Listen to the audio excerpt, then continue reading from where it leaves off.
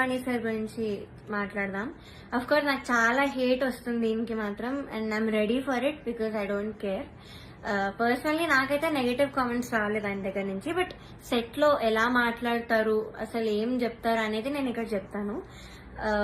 Point number 1, melodies పాడిన వాళ్ళకి మాత్రం వాళ్ళు ఎలా పాడినా కూడా నేను ఆటోమేటిక్ గా మంచి స్కోర్ తీస్తాను అని ఆయన నోట్తో ఆయనే చెప్పారు. So he's very bias towards melody songs and his compositions. ఎలా పాడినా కూడా మార్క్స్ వేసేస్తారు. అయినే కాదు, అక్కడ ఉన్న సునీత గారు, చంద్రబోస్ సార్ కూడా, వీళ్ళందరూ కూడా అంతే. వాళ్ళ సాంగ్స్ పాడితే మాత్రం స్కోర్స్ ఆటోమేటిక్ గా మంచిగా వచ్చేసాయి. సో ఇది point number 1.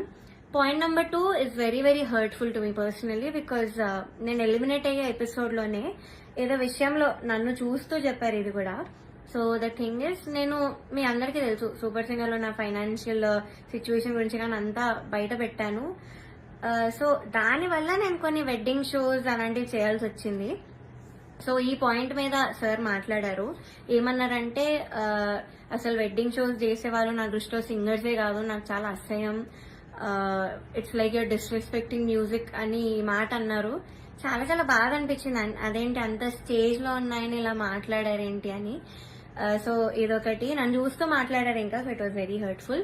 Point number 3, so third వచ్చిన వాళ్ళకి ఆయన 1 lakh ఇస్తా అని చెప్పారు. 4th ప్రైజ్ వాళ్ళకి మూవీలో సాంగ్, అండ్ 5th ప్రైజ్ వాళ్ళకి ఆయన గ్రూప్ లో చేర్చుకుంటామని చెప్పారు సార్.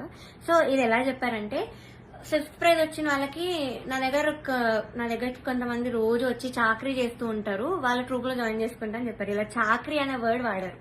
అంటే ఇది డిస్రెస్పెక్ట్ఫుల్ కాదా? So this was very very bad. అంటే అలా అనకూడదు, సింగర్స్ ఇలా చాకరీ చేసిపోతారు, దానిలో మిమ్మల్ని కూడా జాయిన్ చేసుకుంటారని ఇలా అన్నారు. సో మీకు ఎలా అనిపిస్తుందో ఇంకా మీరు ఆలోచించండి ఒకసారి. డైరెక్ట్